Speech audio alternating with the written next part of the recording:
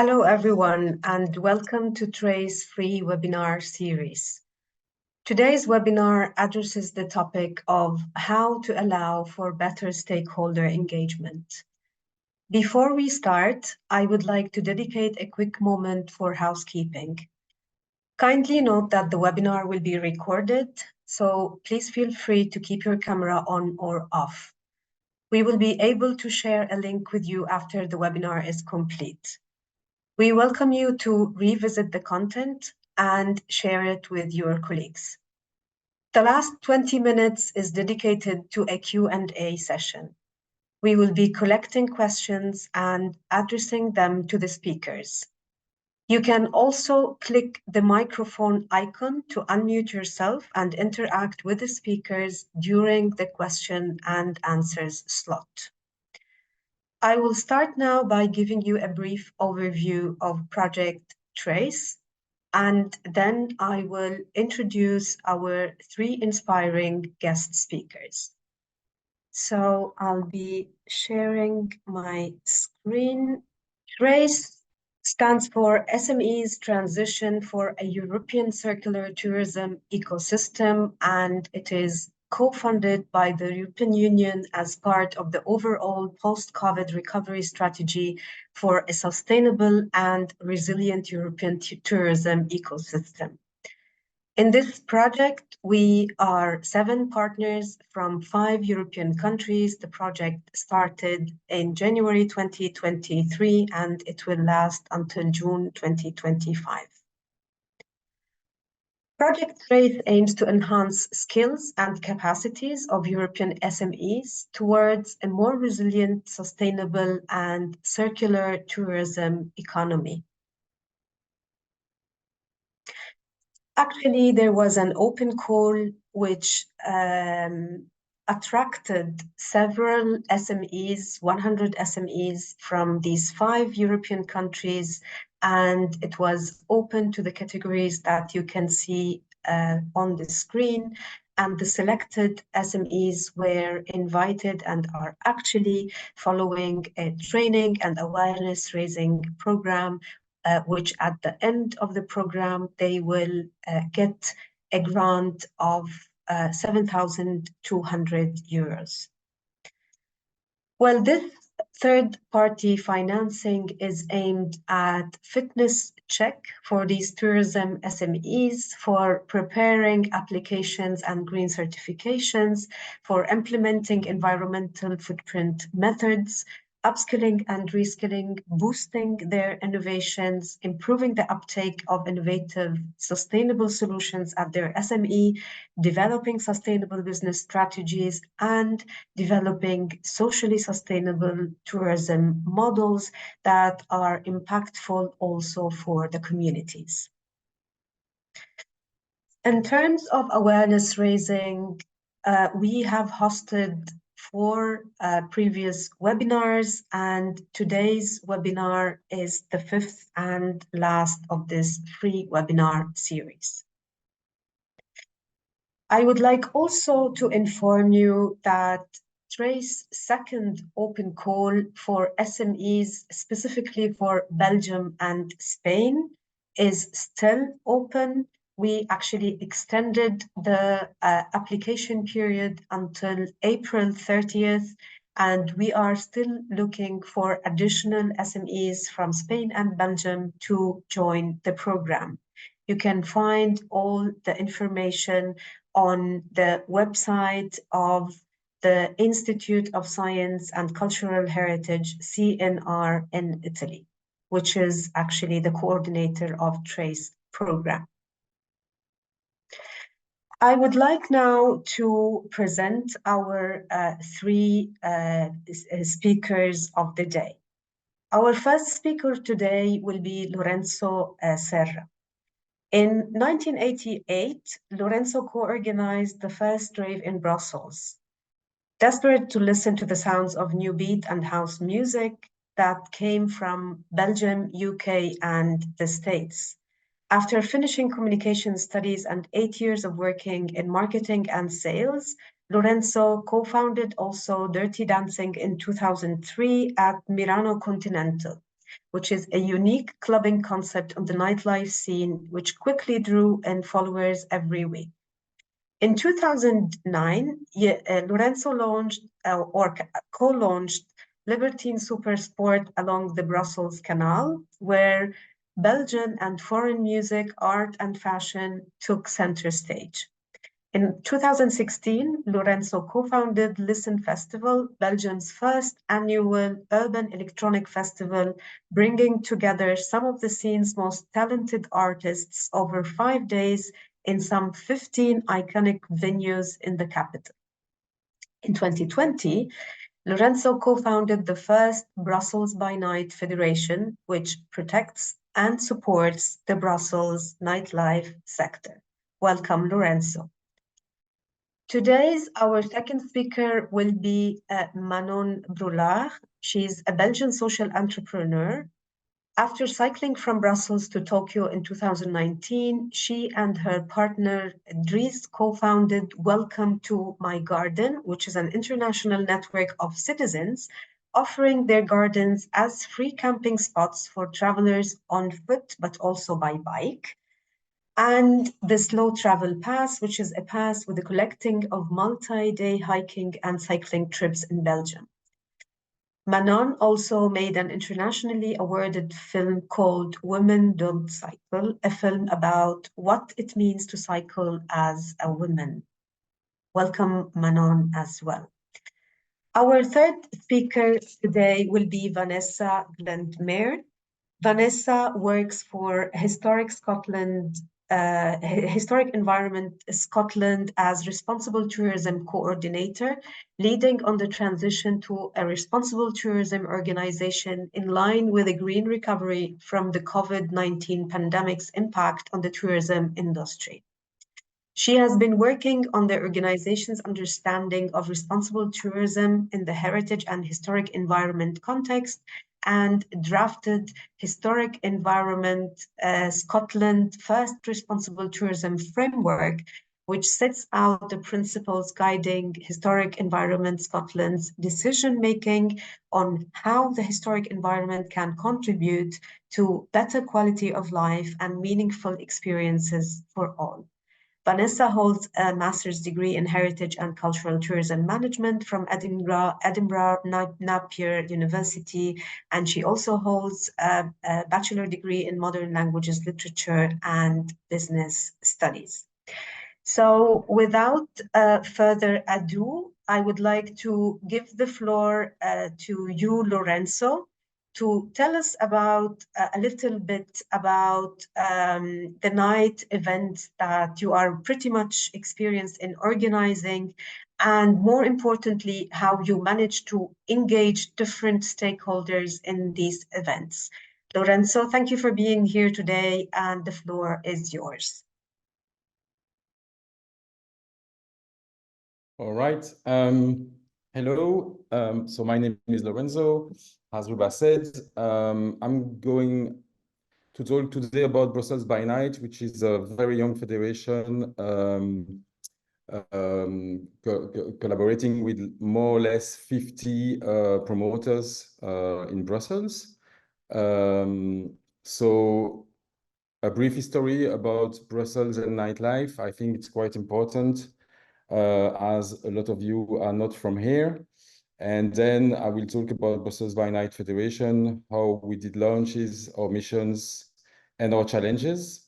So also there is quite a lot to present in this presentation. So I will maybe sometime focus on one point and not the others, because otherwise I could talk for more than 30 minutes, I think.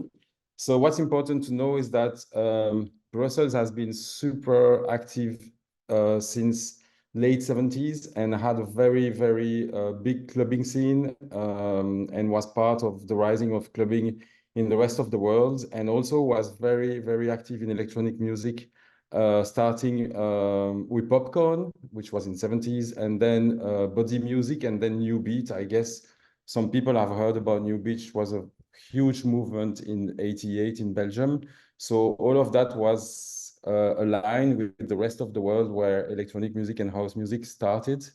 Then in the 90s, we had a club that opened in 94, which is Fuse, which is a key player in techno music, and and that club is still open today. So just celebrated his 30th birthday. So it's very important to know that it's a key player in Brussels, in Belgium, but also very recognized in the rest of the world.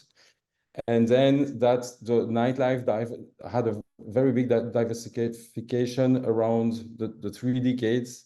And then you had night bars, clubbing, but also museums started to organize night parties.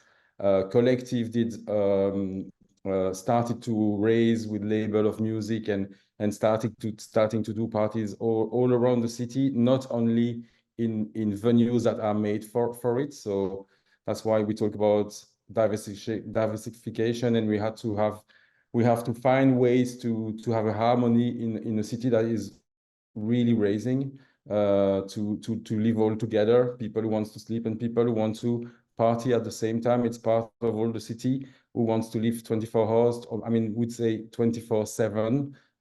We are not 24/7 in Belgium, but definitely for 3 days a week, there is a lot of activities. And then, of course, 2020 was very important for all of us because we experienced COVID and we had to learn how to work with the administration, the politics, to survive and to relaunch our activities who were for a long time called non-essential. So we started to develop a big resilience. So what's Brussels nightlife? We have more or less 500 players. It is the fourth driving sector in Brussels and the fourth reason for people to come in Brussels. We have more or less 2 million clients, and it is the sixth destination in Europe if we talk about nightlife. Berlin is still the first one. We also another little detail, which is like big events, which means festival, are the second reason for people to come in Brussels. So it's really high rated by people to come in our city. And of course, these big events are really linked with nightlife. So it's a detail that's important to notice. What's very important in this map is that the yellow points are where the nightlife is super active, and we have noticed, and it's the same in the rest of Europe, but also in North America, that nightlife is completely concentrated where a lot of people are living. So 75% of night bars, clubs are located where the people are living and also sleeping. So it is very difficult to find that harmony in between people who want to sleep and the other ones who want to party. Of course, some people who want to sleep, some days are the ones who are partying the other days. And when they party, they forget that they want to sleep other days. So we have to live with that. Here you can see that clubs stricto sensu are now 20% with concert halls.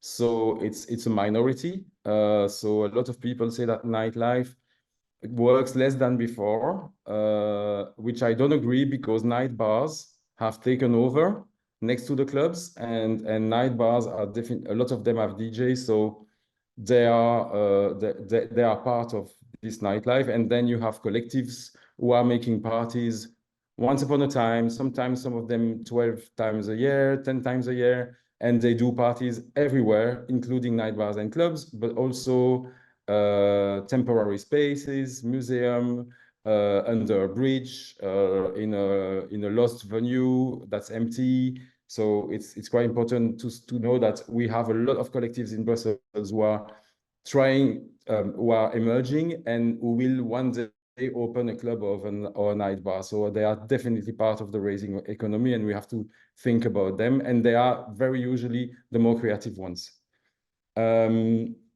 So this is names of very known places. I won't go in details here, but it is names of festival clubs and cultural and places. So what we can see about nightlife is its values and also the opportunity that it represents. Very often we talk about, if people talk about nightlife, because some people don't even talk about it, for some people we don't even exist. A lot of people talk about nightlife like as a nuisance, like sound nuisance. But very often we have to definitely point the fact that nightlife is super important for economy, for tourism, for culture, and for safety or social harmony, as it says here.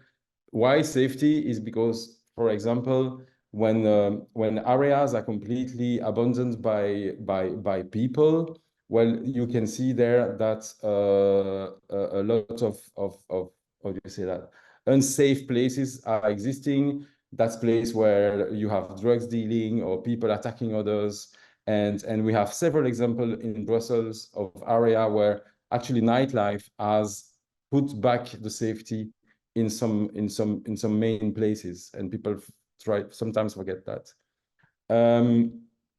What we have, and that's very recent in Brussels, is that in 2018, the Brussels government put a line in his project for the next 5 years. What about having a Brussels Night Council?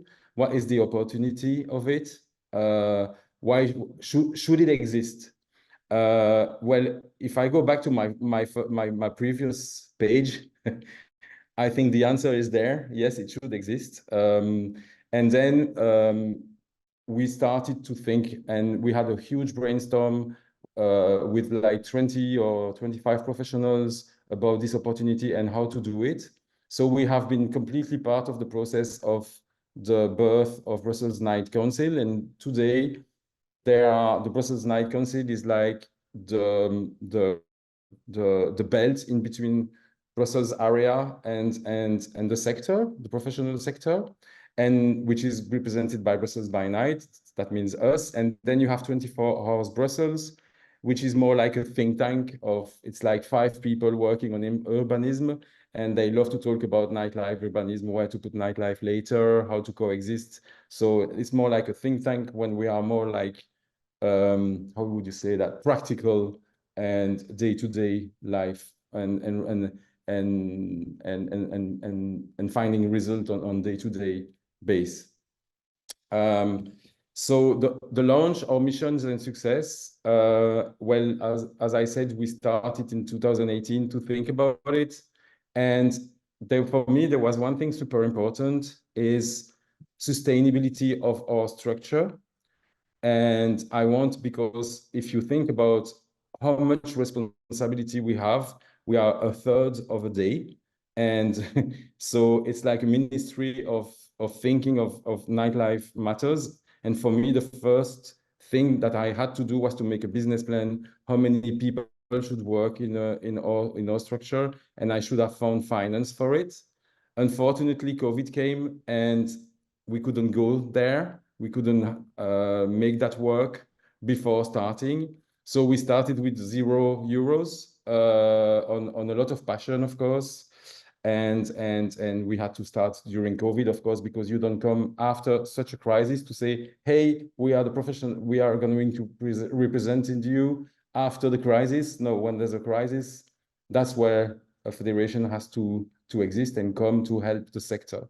So that was our first step. Actually, it was always going from one crisis to another before going to what we should aim for, which is represent, coaching the sector and promote it. Because if you see that, you can see that we will fulfill the reason why nightlife is important in the city.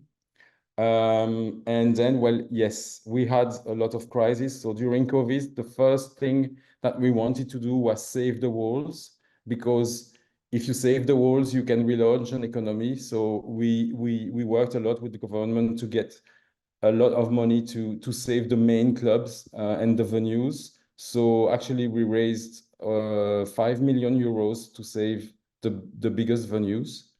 And I have to say that these days they all exist after COVID, and none disappeared. And then we had a second when COVID. Well, we worked also on all the process and protocols to reopen nightlife, because nobody was going to do for us, so we did it, and nightlife and also concerts reopened, and the protocols we wrote all together. And then second crisis came, which was something called Balance ton bar. It's unfortunately sexual, how do you say that in English? Sexist and sexual violence on non-gender or mainly women. Of course, going back on life was going to raise again all the problems that the society has to endure. It's not only nightlife, it's more visible maybe or more pointed in nightlife, but it's part of a society. So harm reduction is definitely one thing that why we are there, and it's also kind of part of the success that we are working on. And then, well, the rest I think we can see. Energy crisis, I think, all around the world. We know the reasons. And then we had Fuse crisis. As I said to you, the Fuse is a techno club opened in '94. There's a lot of neighbors around, and so there's been a lot of complaints of the neighbors about the sound. But actually, it's one neighbor, not several, who wants to make a value on his building next to it. And it's a kind of very dangerous attitude of a one person against a collective and cultural place. So we've been working to fight to make clubbing recognized as cultural heritage, and the government voted it last year, which was actually the first country in the world that did that. We didn't make too much promotion around it because we didn't want to frighten all the people around. But so it's part of our culture now, and it's written as something that should be protected, which is of course very important in the sustainability of cultural venues. So I think I said quite a lot about this. It's super important because actually these days there's around 15 clubs in Brussels that are super important, and half of them are how do you say that, subject to complaints and could close from one day to another. So we work now on a second value, which is agent of change, which is protecting the people who are there, who are somewhere first, from somebody arriving after. So it's a symmetrical value which protects residents when you are in a residential area. If a club comes there, it has to spend all the money for insulation to protect the residential so they can sleep. If you have a cultural place in a very condensed area where a lot of people live, when somebody comes, he can't say, "Oh, I didn't know there was a club there and now I can't sleep." Actually, if he comes and if it's a promoter and he buys a big buildings next to a club, he has to spend the money to insulate the new building that he's constructing, and he has to say to the people when he sells that there is a club next to it. So that's a very interesting concept. It's not there yet. Unfortunately, we have elections in Belgium and in all Europe. So in 3 weeks, we are losing Brussels government. And the concept is not passed yet, but it is now almost there. And I don't think it's gonna go through because we only have 3 weeks, but it's very far in the process, unfortunately. Then urbanism, I just talk about why we should work on it to live all together in harmony. And that's part of our engagement, and that's why we are there. I like to say that we are here to build the 21st century city all together, and not against each other. So that's, I think, a big answer to the question of this webinar. It's harmony in big cities and how to build a 24/7 city all together. So urbanism is definitely there. How are we going to develop it? There should be always nightlife places when you build a new area, because people want to party when they stop working, and if they are young, of course, they want to party, and they have to be able to do it without disturbing the others.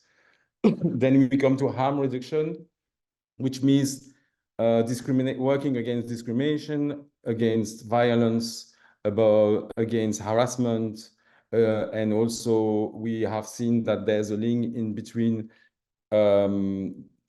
alcohol and drug consumption, and where there is more people who are victims. So we work all together with a lot of associations together to prevent and also act on places, and how it should, what the reaction should happen to help the victim in case, and how to help them straight away or in the weeks or the months after.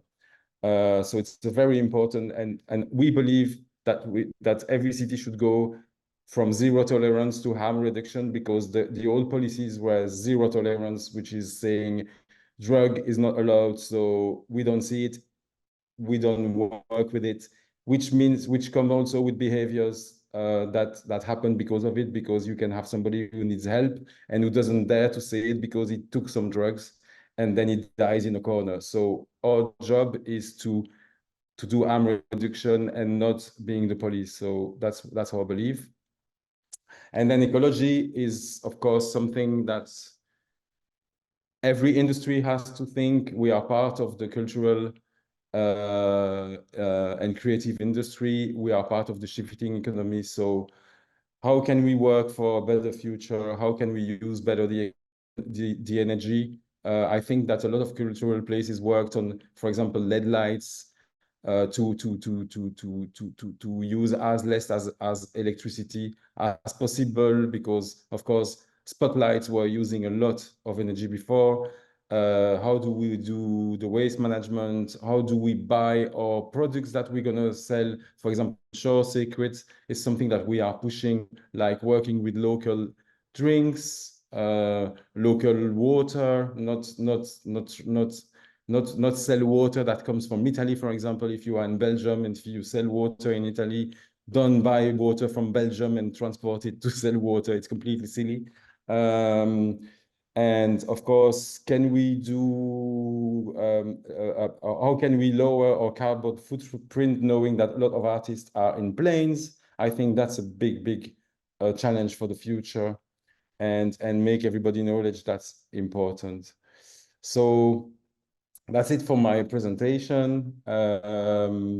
I think this is the biggest answer to what your question is that we have to work in harmony with everybody in a city, and to develop all the tools we can use to go to the future and not live on the past or the habits that we all have. And it's also very comfortable to work with them instead of always asking new things. Thank you. Thank you very much, Lorenzo, for this very inspiring presentation, actually, and out of the box thinking of how to mapping a sector which was not recognized as such before, how to represent it, how to promote it, and how to empower it and lobby for it. It was really inspiring to see how you were courageous enough to launch the project during COVID and without funds, with a group of motivated people, and with a strong objective of having the right balance and allowing everyone to work together and build the 24/7 city in harmony and in sustainability. This actually links us to our second speaker today, who will also share with us an inspiring initiative which was also launched during COVID-19, and which answered to specific needs related to that specific period, and managed to attract attention from many individuals from all over Europe. I would like to welcome you, Manon, and give you the floor to tell us more about Welcome to My Garden initiative, and also to the slow travel pass. Hello, everybody. Can you hear me well? Yes, perfectly. That's good. We don't have any technical issue to start with. Hi, good afternoon. Thank you for having me. We have a pretty unconventional story because it all started with this garden. And you might ask, why are you showing a weird picture of a garden? But basically, during COVID, the first lockdown, when all the borders closed and we couldn't travel abroad anymore, we were with my partner just back from cycling from Brussels to Tokyo. And between Brussels and Tokyo, we had been hosted by many, many people and understood that that it was one of the most beautiful ways to actually get to know people, ask questions, and hear a lot of different stories in return. So when we came back, COVID happened, and then we thought, oh, okay, but like, how could we facilitate slow travel in our own country? How can we make that people can meet each other again? And so he had the idea to just put his garden parent on a map. But that went a little bit crazy because in 2 hours there were 50 gardens on a map, and then in 2 weeks there were like 500. So like Belgium got very fastly covered by gardens. And so the idea is that when you travel by bicycle or by foot, that you can camp for free in the garden of a citizen. And so when we launched that, we didn't realize, but it also solves an issue of creating new social interaction in rural areas, because you don't often get, especially in Belgium, many opportunities to meet people in the countryside. So it's called Welcome to My Garden. And you see the website there if you want to go on the platform. I see we are quite an international bunch of people. So it's mostly in Belgium, but we also have quite a lot of gardens in France now, in Spain, in Italy. There's even some in the United States. So it's a little bit crazy, but it's incredible what I can do. So now there's just a little bit over 6,000 gardens. We have around 50,000 people registered on the platform, and we have a system of a membership for slow travelers, basically to split the cost of the digital platform, and to be able to keep on developing the platform, because having such a big platform, it started as a citizen project, but it's just as it went so popular, we really had to talk to the community to find a way to make it viable and sustainable for the long term. Otherwise, there's a point where you have to stop, and we didn't want to stop. So we found a solution together with the community.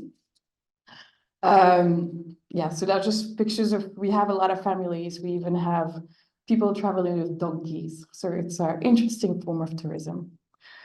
In terms of impact, it's basically the idea that allowing people to sleep in other people's garden can create new social connections that you wouldn't have before. It's even better than virtual tourism, if you think about it. Like, you don't even have to leave your home to meet new people. Support local businesses, because when you slow travel, you actually spend your money in small businesses, small shops, or small B&Bs when you want to sleep inside. So you're not going to spend your money in big international chains.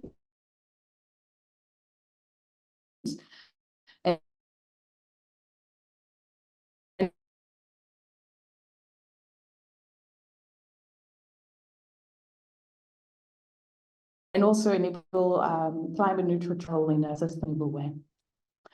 And so, as I mentioned, the only way to do it for us was to do it with the community. So like for us, engaging and managing stakeholders is basically managing our community. And what does that mean? So we have a lot of community members, and we have hosts and slow travelers from different countries, different languages. We are from Belgium, based in Belgium. So we have a big component of that is the Dutch, French speaking, English speaking. We have a big English speaking community in Brussels. And what we do, we have a few principles that we really care about and that we basically work with in our everyday work. So we consider ourselves being community driven. And what does that mean for us? So it's basically principle one. I'd go over the principles. It's not like super fixed principles, but it's just like the general idea on how we work with the community. So we are always in touch with the community. We grew up for the community. We have the right mix of online and offline. And also we spend a lot of time making people part of a story. It's really a very important part of managing the community. For the first thing, always being in touch with the community. We have, for example, a community space where hosts and members can share stories, feedback, provide suggestions on things they would like to improve. We have a principle of transparency. So we really think that honesty always wins. So we invest a lot of time in explaining the choices, train of thought, why we decided to do this, etc.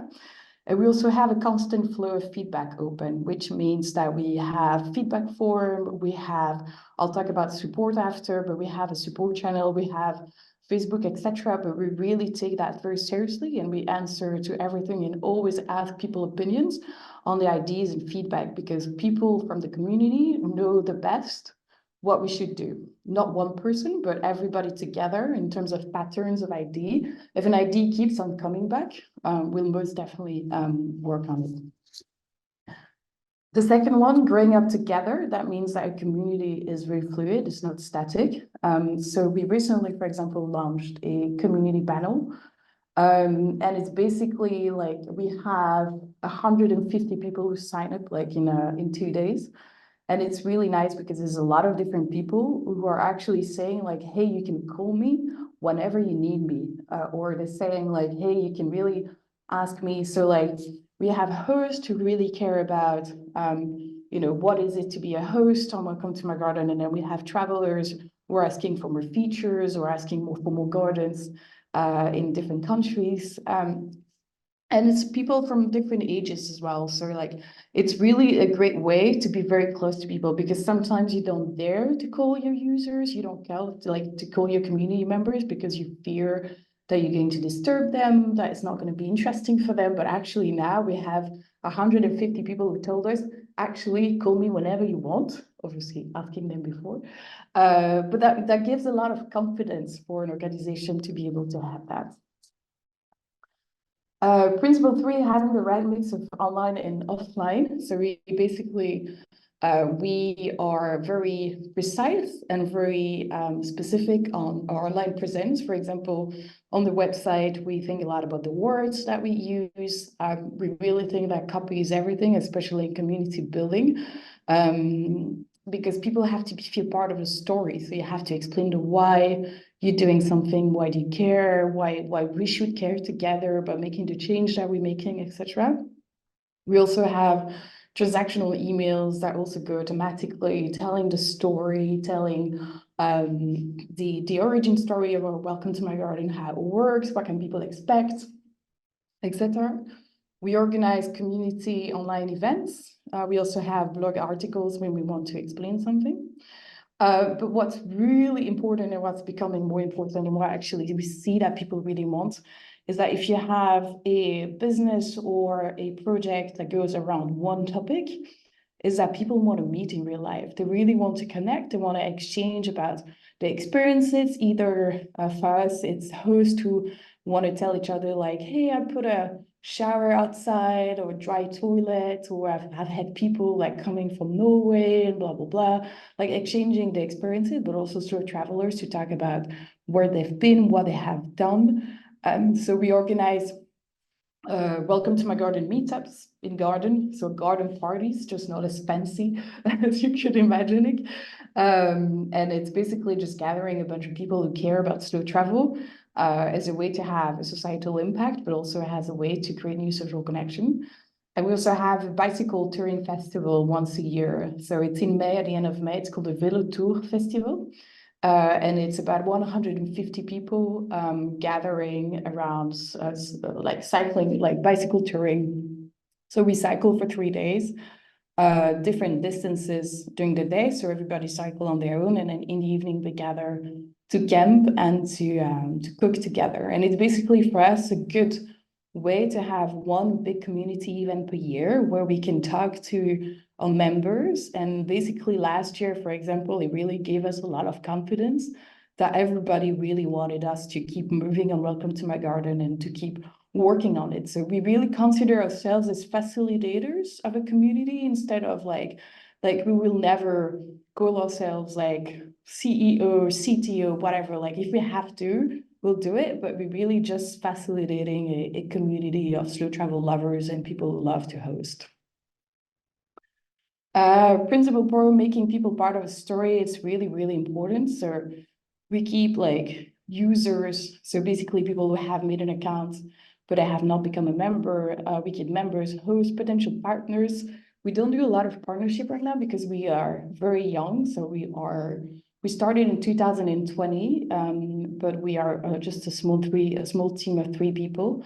So we're very careful on what we undertake in terms of partnership and stakeholder management, because like our biggest stakeholder right now is the community. It's probably not going to change for another 2 to 3 years. And then will we become bigger? If we do, then we'll consider having potential partners, etc. But we keep everybody updated. So like any organization that work with slow travel trails, like hiking trails, with slow travel like agencies or whatever, we just keep in touch and we let them know what we're up to, etc. So the day that we would come and say, hey, we actually would like to do this, then they would already know us. Support is really like when you have a business, support or like customer complaint, as you would put it in an ancient way, can sometimes feel a bit heavy, but actually it's such a good opportunity. Every single time, it's such an opportunity to connect to people and asking them the ideas and suggestions. And it's really, to us, is the best way so far to improve ourselves, because it was the most direct connection line that we had with the community. And that was really the way that we could every single time improve our communication, just any product or any feature that we had on the platform, etc. We also spend a lot of time telling the origin story of Welcome to My Garden, because what is it that what do you do basically, and why do you care, and what is a change that you want to make? And that's proven to be incredibly valuable, to just spend a lot of time repeating it, because it just credibility. It just like people want to trust you. It's all about trust. Like, you really care about this, you're really passionate about making a change in tourism and bringing slow travel to the next phase, then I can really trust you, and I can work with you, and let's make it happen together. So it's very, very important. Yeah. Then there's also a point with the community where we realized people were telling us like, oh, I want to start to slow travel by bicycle, by foot, but it's so hard. Like, where do you start? Like, we are just so used to traveling by plane or by car, or like traveling in a fast way, that slow traveling is not easy. What is your route that you're going to do? Where are you going to sleep? What are you going to eat if you have kids? Where will you stop, etc. Like when you plan a slow travel trip right now, you still have like, I don't know, 15 tabs open on your computer. And it's really tricky to put it together the first time, because there's so much knowledge and time. And time is really where it's at. Like if it's super easy to book a Brussels Barcelona flight ticket in 2 minutes, why is it so hard to slow travel around where you live for 2 days and actually discover your surrounding? So we search for a solution again with people, and we just recently launched a new project called the Slow Travel Pass, and it's basically a collection of our ready-to-go cycling and hiking trips, currently only in Belgium and just outside the border. And it's trips from 2 to 5 days, where we basically select all the routes, already have recommendation of stops and stays on the routes. So like any youth hostel, B&Bs, campsites, etc.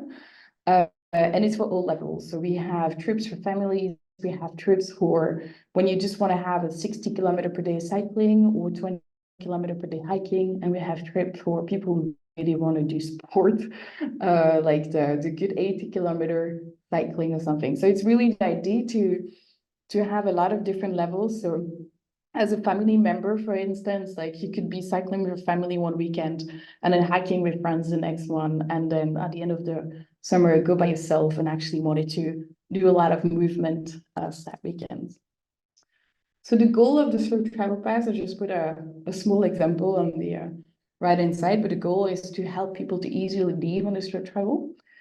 It also helps to promote non-touristic region or so-called not touristic regions. There's a very good example in Belgium. It's where I'm from. It's called Hainaut, and it's a region where we used to have mines, etc. And it's really not. I mean, the city Mons, it's a very small city, is considered as a little bit touristic since there was capital of culture in 2015. But the areas are not very touristic. Like you wouldn't think, oh, I'm gonna go for a weekend there. It's gonna be amazing.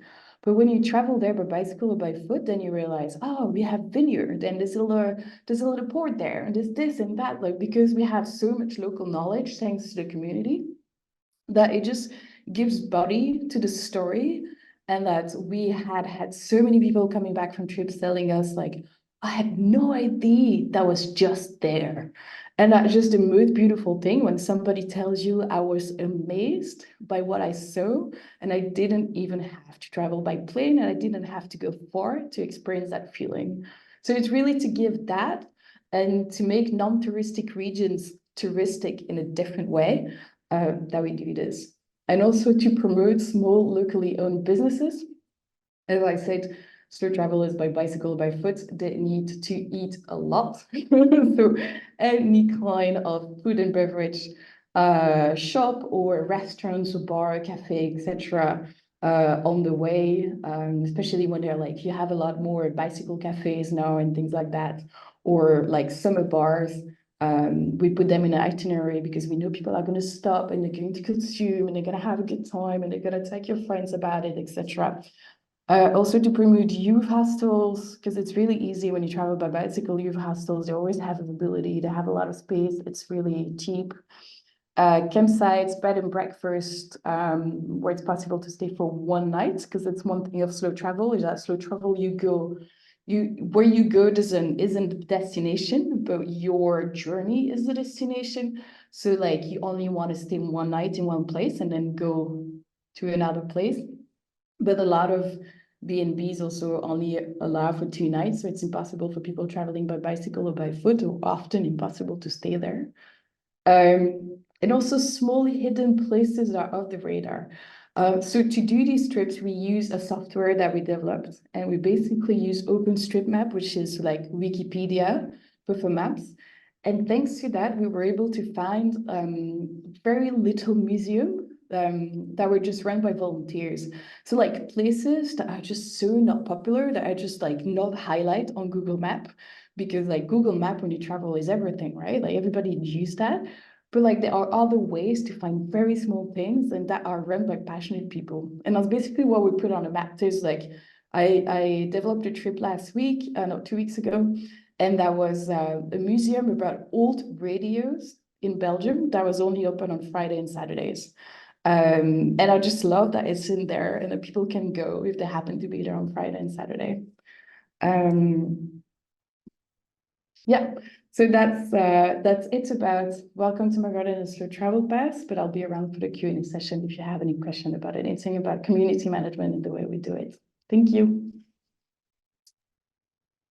Thank you very much, Manon. You provided us with a lot of food for thought, especially for your approach, which is quite attentive to keeping up your principles, trust, and credibility about how to make a real change in tourism.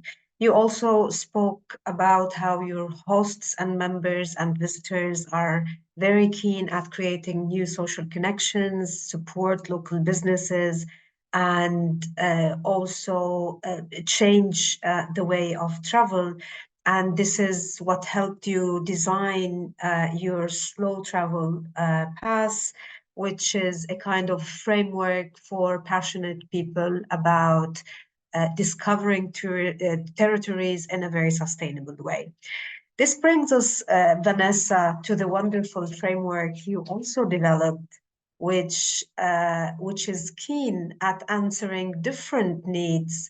That's of the tourists, that's of the local community, of cultural heritage, of the landscape, which you will explain and inspire us about. Thank you very much, Vanessa. The floor is yours. Well, first of all, thank you very much for having me this afternoon. And that's some two tough acts to follow. I don't know if I want to now go out on a night out in town or cycle to Belgium. So brilliant presentations there. So yes, my name is Vanessa Glindmeier. I am the Responsible Tourism Coordinator at Historic Environment Scotland. Hereafter, I'll refer to it as HES. We do love a good acronym, and it doesn't take up that much time.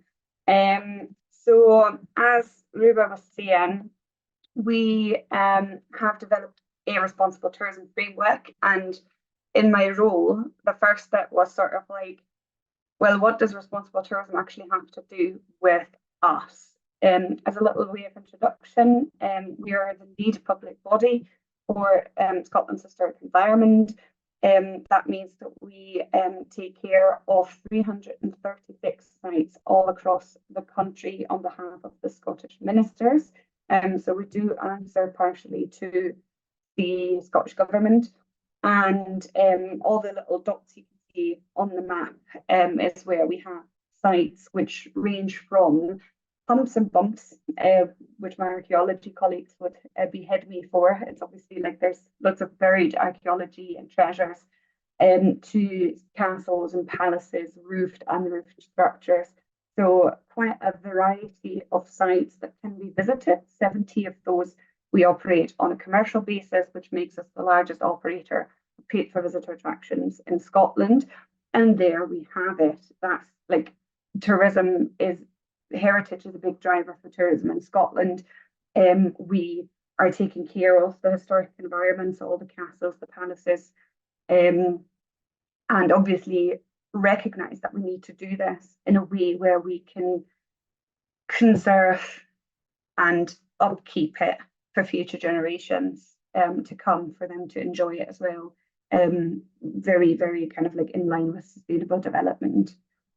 And so 2 years ago now, we've during the pandemic kind of looked at how did we do tourism before the pandemic, and what is the kind of tourism that we want to move forward to once our sites open back up. Obviously, same as everywhere else in the world, loads of our sites were shut.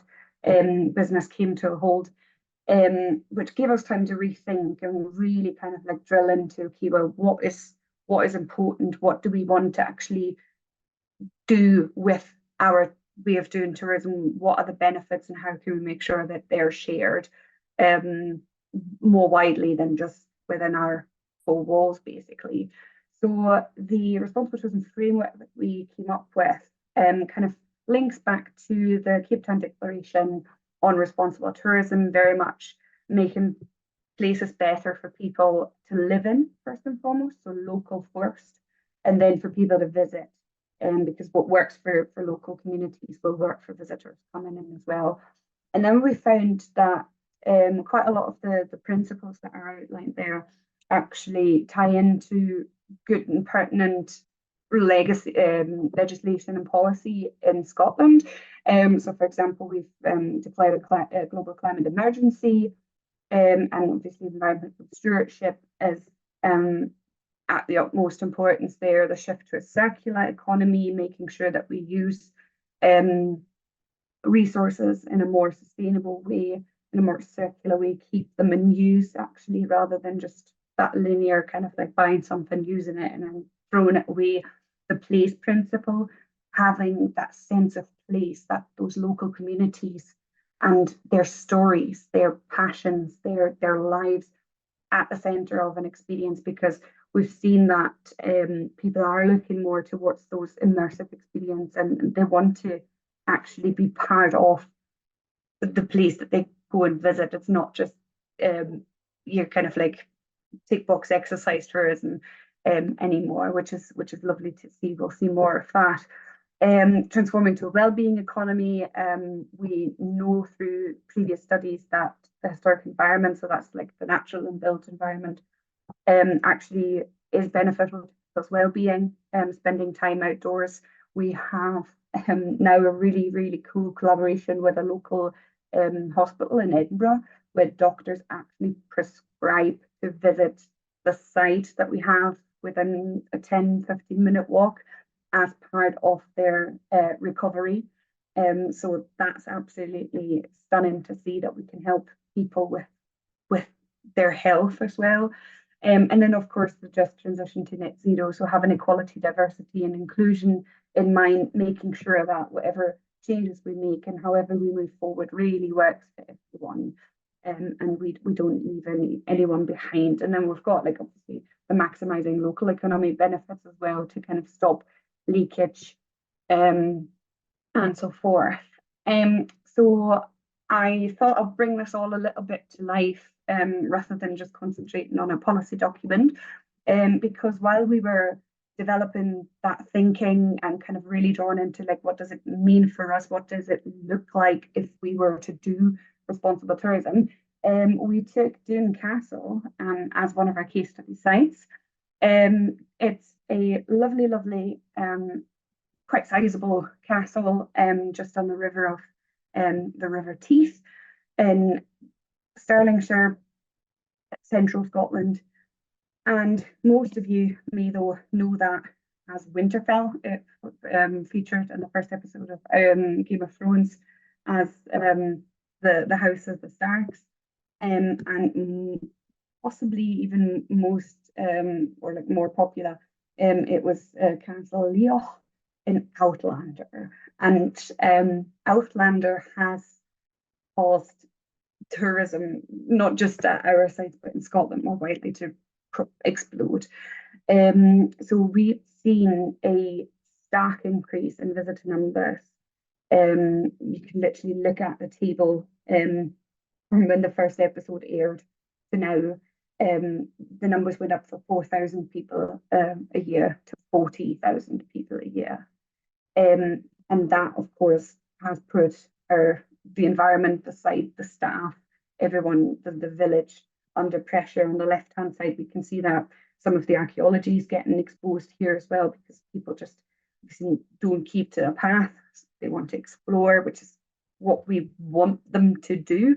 But with increased footfall, it just the environment itself can't take it. We have a very narrow and one-way system towards the castle, and then on the other side, outward facing again. So typology wise and sort of infrastructure wise, it doesn't lend itself to millions and thousands of visitors and big buses and busloads of people. So really, really struggling. And with that came the pressure on the local community, because of course, where do people park? Anywhere they can drop their car, anywhere they can drop their minibus. And in this area, unfortunately, due to difficulties with public transport, we do see the majority of people arriving in either as part of a coach trip or by car, which is one of the things where we obviously want to make the biggest changes, because from an environmental point of view, getting people out of their cars or single car occupancy towards more shared transport is a good win. So as part of this project, we looked at, okay, well, we kind of anecdotally see and hear the dismay of the local community, that they're not happy with the way that tourism is happening in the area. But how can we make it work for them, and how can we make it work for them going forward? So we've ran a climate change risk assessment at all of our sites, 336 of them, which took us a while, and it's getting reviewed now as well, because the Met Office is continuously putting out new data. But when we develop management plans now, or have conversations about what experiences we're going to implement, how we're going to work on the castle, etc. Obviously, the changing climate is always one of the things that we keep an eye on and that we look out on. And so the first step was to actually look on a map desk-based exercise and really see, like, oh, actually, where there's challenges, there's also quite a lot of opportunities. And the second you start looking outside of your four walls, we saw that there's actually a nature reserve just around the corner, the Doon Ponds. We've got a distillery. To be fair, in Scotland, you're never far away from one of those. But it's a very local ancient distillery who's still producing really good whiskey. We have a safari park nearby. Obviously, further away, we'd have Stirling Castle as well. So there's actually quite a lot of cultural and heritage activity in the area that we could link into. And that was one of the things that we've done from the get-go. We started having conversations with these businesses and said, well, how's it looking for you? And can we talk? Let's do something together, because it's all fine and well that we have, for example, as a huge organization, we've got this framework and it has all those pretty words in it. At the end of the day, we'll need partnership working and stakeholder engagement to really get something done. And that was just really, really great to see. So from communications with, for example, a local bike store, we found that there is a national cycle route, which is brilliant, but it wasn't really accessible. It was like mostly in the dark because the council didn't put any lighting in it. It had overgrown by the roots, so it wasn't safe to travel on it. Whereas we previously, if we would have just looked on a map, we would have said, like, oh yeah, come on, visit Castle by bike, because there's that bike trail, isn't it? But working with the bike shop, we then came, like we were able to put a few things in motion that track got cleared up and is now more accessible. We've also put in new signage, because lots of the businesses in the village said that they don't feel like people know that there is something other than Doon Castle to see. So brand new signage and pathways, those interpretation panels as well, to really kind of like make people aware that there's other stuff available, and also from trying it back to the environmental point of view, making them stay a bit longer, because even then, if they come by car, a 45-minute visit, higher emissions than if they stay there for 2.5 hours, because they mince about and they have a little walk. And then stunningly, that bridge was designed and built by our architects in collaboration with a local college with traditional building materials. And that connects a part of the castle with a part of the village that wasn't previously accessible. You would have had to wade through the river to get there, which isn't very comfortable.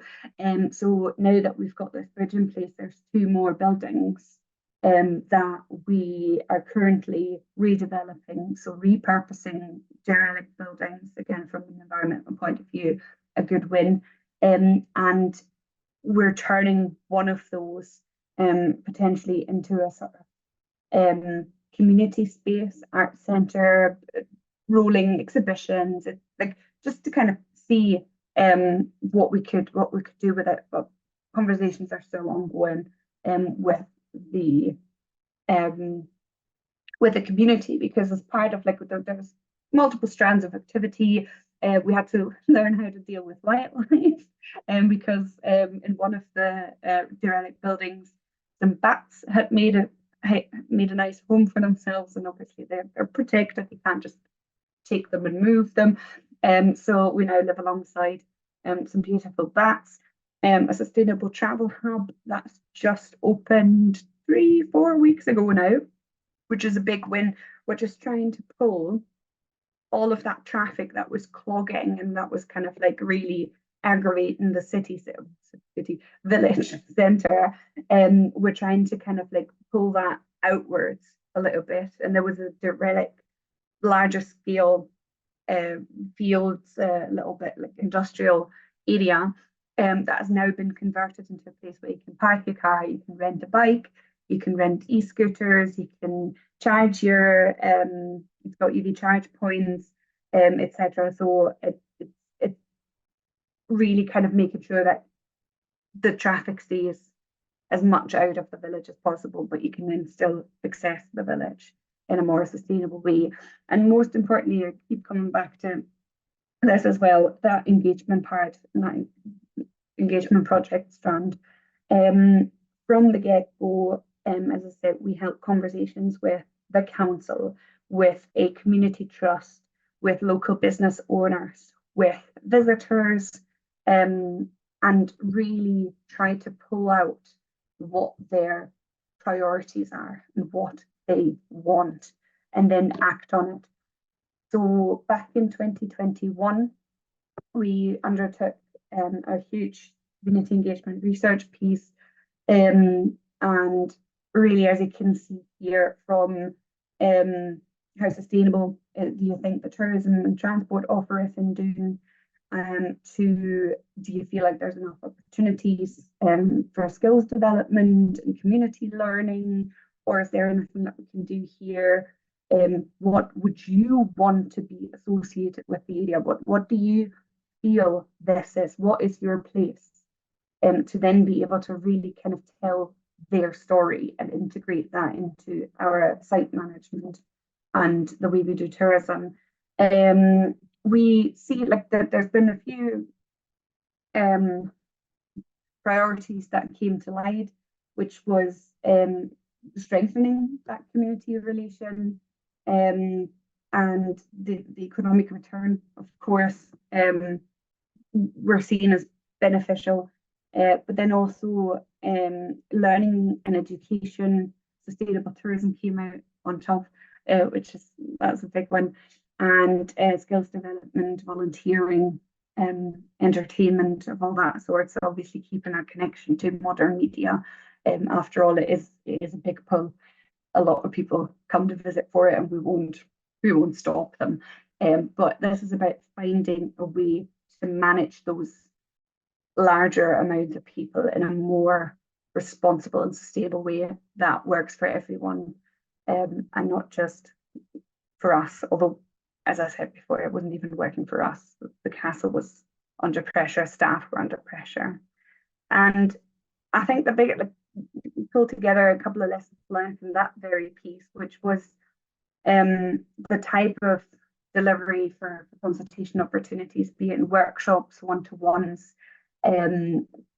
Unfortunately, because it was 2021, parts, like, as much as we tried to have in-person events, government regulations about you have to be 2 feet, like 2 feet, 2 meters apart. You have to not allow more than 2 people in the same room, stuff like that. It made it really, really tricky.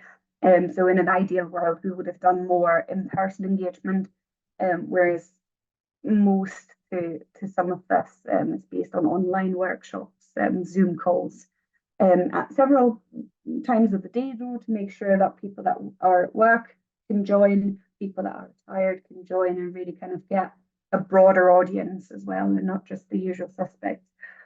Meeting all the needs of all parties involved, again, so going in fine well knowing that this isn't just about us, this isn't just about our side and our business, this is about the greater Doon area. It's about the destination, and having that destination approach and really hearing everyone out and getting those priorities gathered from everyone.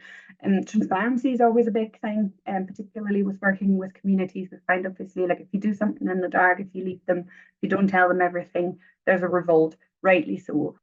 So at every moment in time when there was anything new to be reported on, we reported that in the local newspaper, had leaflets hanging out in town, again, using different media, print, online, to reach as many people as we could, so that no one can say, like, oh, I had no idea this was going on.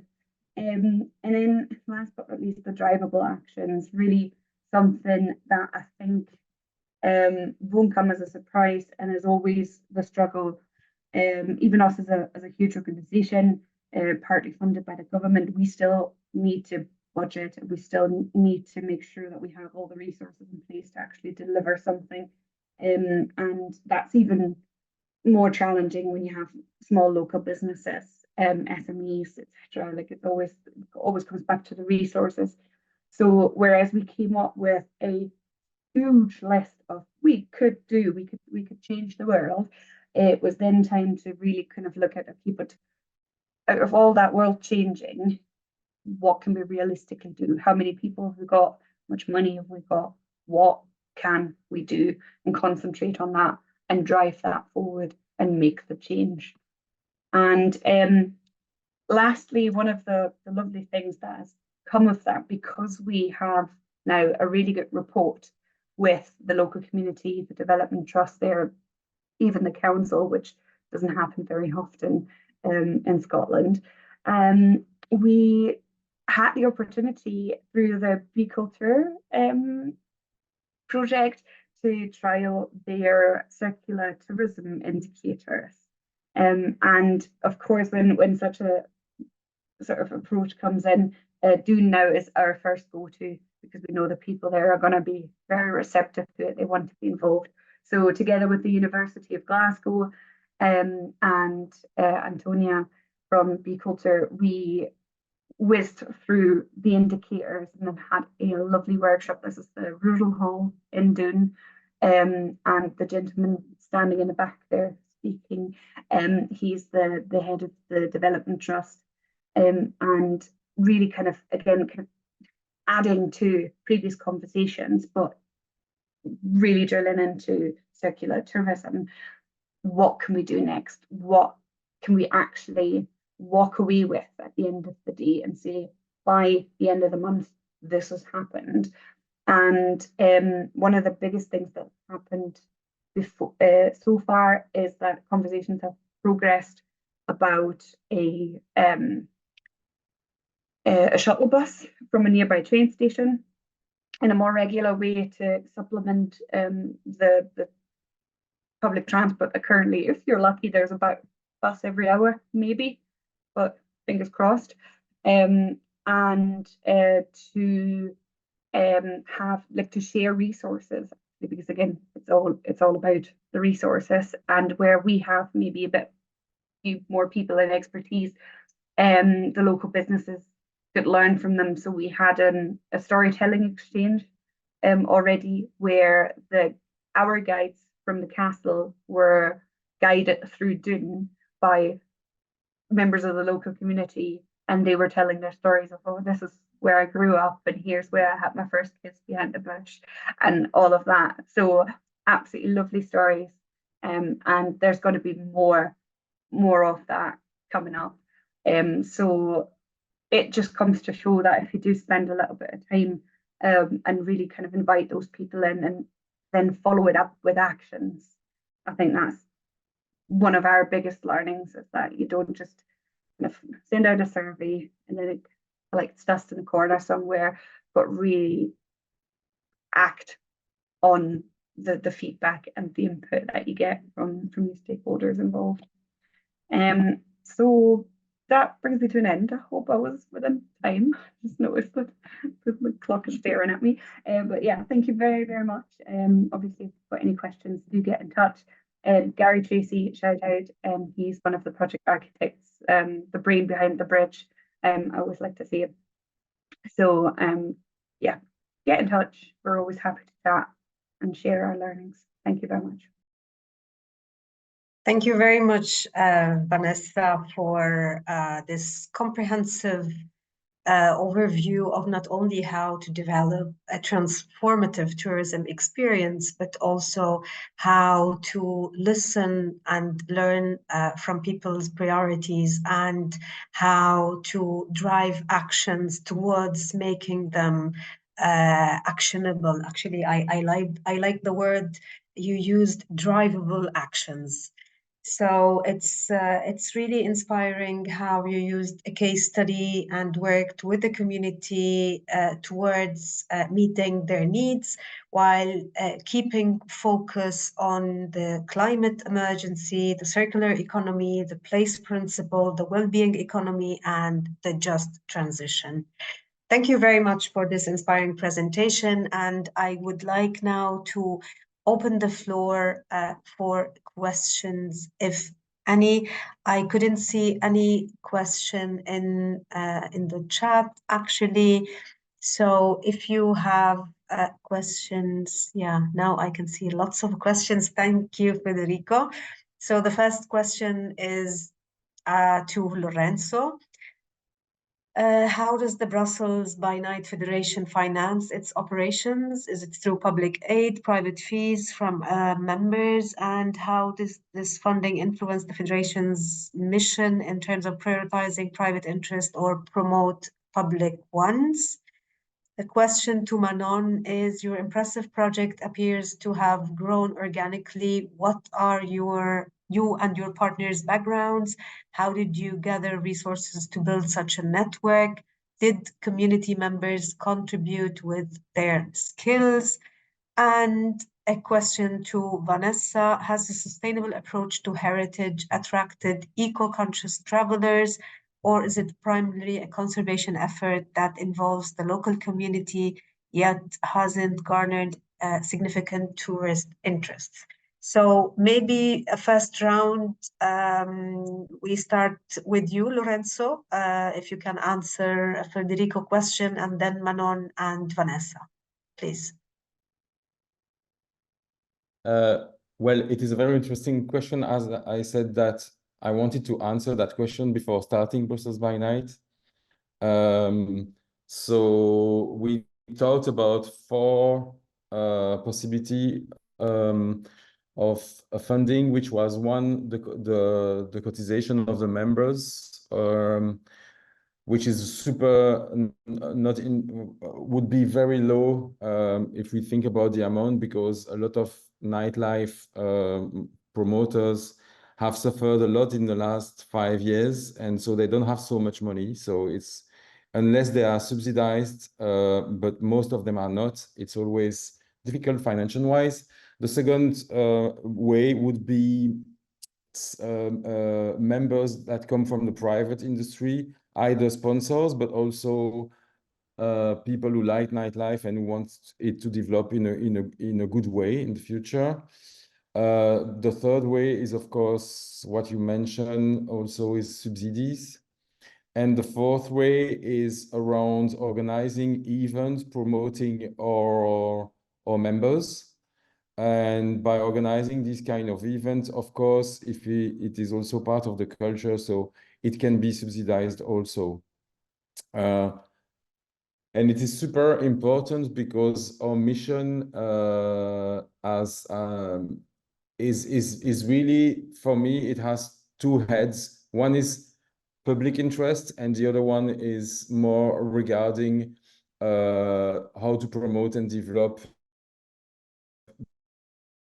two heads. And one is really linked to urbanism, health, mental health, harm reduction, which is actually part of the health of our society. So that part definitely should be subsidized. And then the other one, which is more like promoting or helping stakeholders to develop their business, that one should be, the money should come from the private industry. So it's definitely two ways of seeing it. By analyzing what's happening now in Europe, in the kind of association like us, lots of them looking forward to the future, who are not only lobby from the sector. The subsidies are very an important part of their finance. For example, in Vienna, they just there's a club commission that has appeared, and they just had a subsidy for 300,000 euros, and there are 5 people full-time working on it. So for my guess is that in a city like Brussels, we should have like 6 people working full-time, and at the moment there are 2. And we are not sustainable long-term, because we are always depending every year of what's going to happen, what's going to be the next crisis. And lots of subsidies are not sustainable. They are one-shots. So we are a very, and it goes with the sector, we are super fragile, and it shouldn't be like that. Same for every association working on health, like drug association or people working against sexual or harassment, violence. Lots of them are depending on subsidies that comes every year and only once a year. So I hope I understood. And are we more oriented to the public or the private interest? I think it's both. If you want to like I said before, I think modern cities have to work in harmony, and the first public of the private or the venues are actually their neighbors. So if you don't respect your neighbors, you're gonna have problems. So working with your neighbors, working on the interest of your public, is making everybody happy. So and then your business is gonna go better. So I think prioritizing is what it's to work on both sides at the same time. Thank you very much, Lorenzo. Maybe we move to Manon.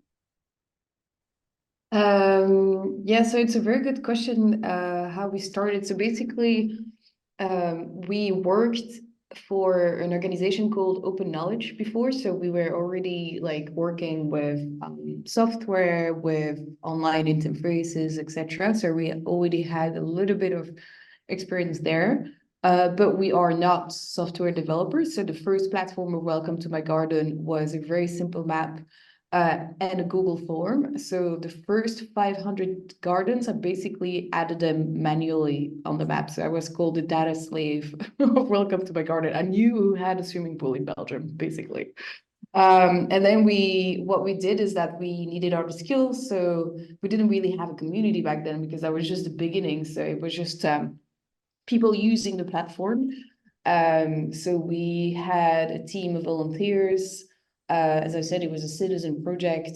So we worked on weekends where everybody was out and about doing the lockdown weekends. We were staying in and just working really, really hard. And so we built the first platform in about 2 months. I think we were about 10 people at that point. So design, development, we had to do the legal stuff, like, figuring this out, etc. And so in terms of skills, we're very complementary. So we're a very small team, 3 people, but basically I do communication and community. Dries does a lot of strategy thinking, and then the product management, and where we have one developer doing the technical work. And so the community has helped, especially on communication level, like feeding content, feeding stories that can be shared to each other and these kind of things. We tried to work with people more closely at the very beginning, but it's just also like the same way Lorenzo was saying, like working with subsidies is not very stable, but working with volunteers, it also requires a lot of time. And also people can only chip in when they have a little bit of time. So it's not very, like if you want to have a stable, viable organization, it's not very, you have to do it at the right time. So that's what we do. We don't do it constantly because otherwise we wouldn't be moving really fast, but we do it when we need something specific. And we just think that they have, instead of their skills, they have very good ideas. And from the ideas, then we bring them to life, and then we go in circle of feedback and etc. I hope that answers your question. Thank you very much, Manon. We move to Vanessa. Yes, thank you. It's quite good that I had to go last because it was one that I had to think about a bit.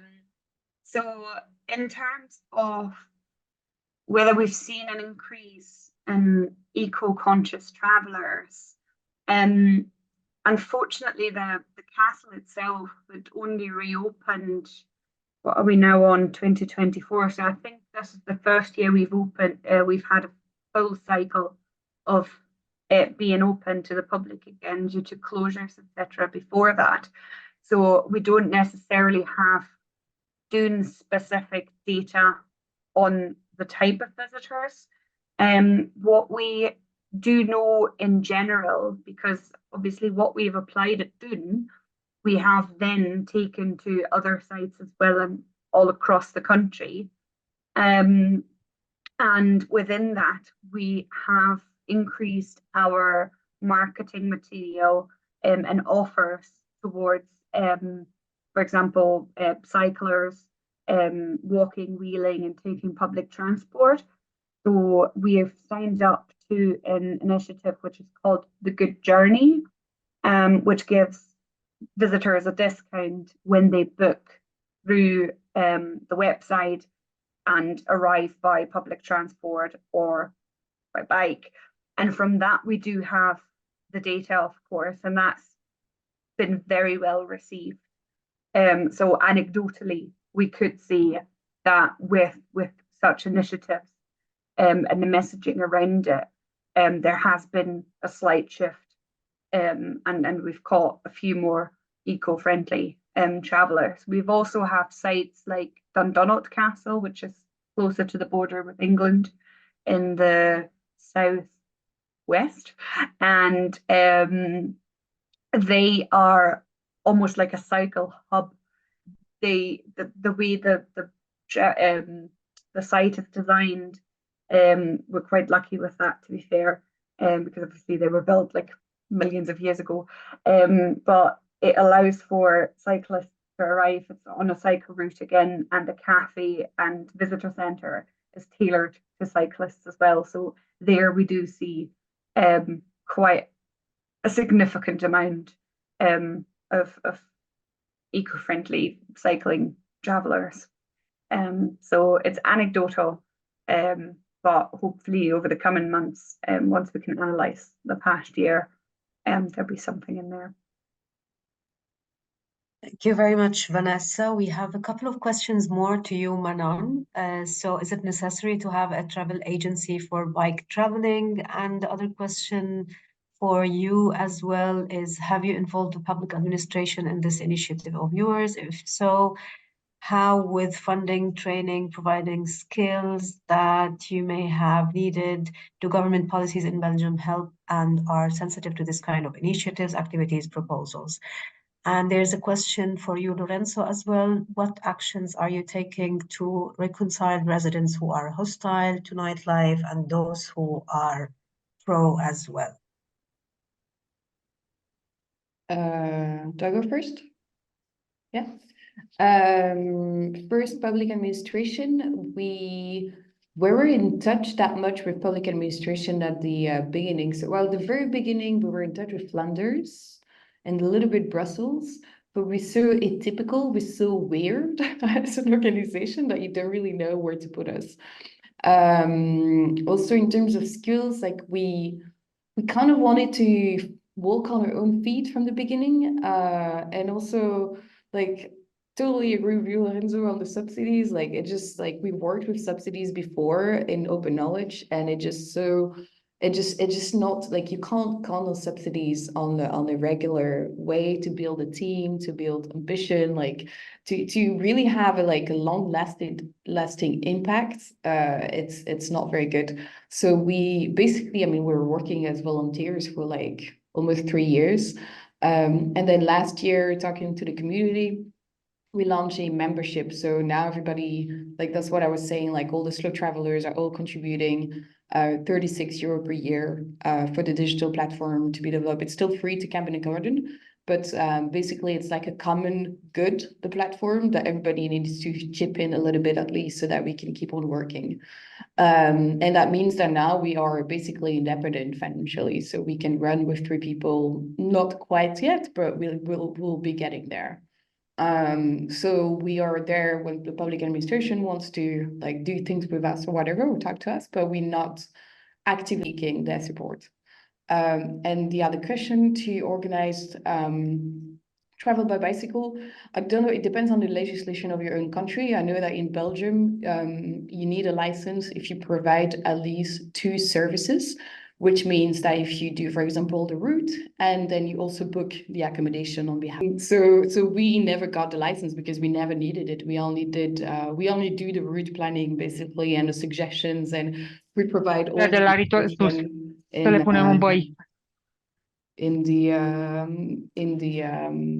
provide all the information, but we don't do things on behalf of people. So you don't, like, in that way, we don't need a license. Yeah. Lorenzo? Yeah. Yeah, my microphone, I was just checking my microphone.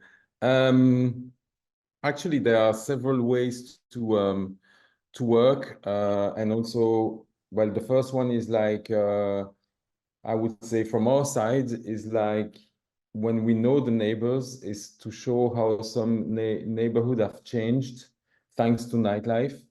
As I said in my presentation, there are several examples in Brussels where some areas were really, really dangerous and they're not at all anymore, or a lot less. I wouldn't say not at all because it doesn't exist in a city, but they are a lot less. They are really safer now. For those who know Brussels, I will talk about Quartier Saint-Géry or Flagey. They are super alive now, and lots of young people and others go there. The biggest bar in Brussels with the biggest turnover of people is in one of these areas. So, and it's open from 7 a.m. till 3 a.m. every day, 7 days a week. So it has put a lot of security in these kind of labels. The second one is really practical. It's like having protocols for venues. It goes from, closing the door when people are going out and in to smoke cigarettes. It goes from what time are you going to put the bins outside? If you recycle glass, which is now 100, I mean, the majority of the venues, well, don't throw the glasses in the bins outside when people are sleeping. You have to follow your clients when they come out of your venue, and maybe have some stewards in the street to ask them to be quieter when they walk. Don't be in the street, all these kind of things that you can do that you wouldn't think about when you just start. And actually, most of the problems of venues are coming from the people in the street and your clients going away home. So if you accompany that, then you're going to reduce a lot of your problems. And so also I think the venues and the people who are owning the venues can do a lot to be friends with their neighborhood, friends or very good relation, by inviting them, by organizing events for the kids. For example, if you have Christmas, you could have Father Christmas in your club. You can also do workshops to explain to young people in the neighborhood how to mix music, do music. You can organize open doors with free events for the people living around. So that's another way. And then, lots of the public reactions come through the authorities, and there are some that we are allowed to know and some that we are not allowed. So we only know what they want to tell us. And then we work with the authorities to try to find solution regarding one or several venues. Because sometimes the problem can come from silly things. There's a very known bar in Brussels who almost closed. And actually it was a problem because the windows were not well settled, and it caused vibration with the sub basses, and it was causing a lot of problems in one house. And actually by finding that, everything was solved. So that's how we can try to do the mediation in between the nightlife and the residents. But of course, there are some people who don't want to admit some stuff, and then you are in arguments, and it doesn't go in mediation. It has to go through other authorities. But I think what we think is that 99% of the problems can be solved by mediation between the parties. Thank you very much, Lorenzo. I don't see questions in the chat box anymore. We're 4 minutes past 5. This was our 5th and last TRACE webinar. I would like to extend my gratitude to our 3 bright speakers. I would like to thank you all for attending the webinar, and a special thanks to my colleague Karen, who took care of all organizational matters. The recording of the webinar will be available next week on eShek's YouTube channel. Thank you very much, and goodbye.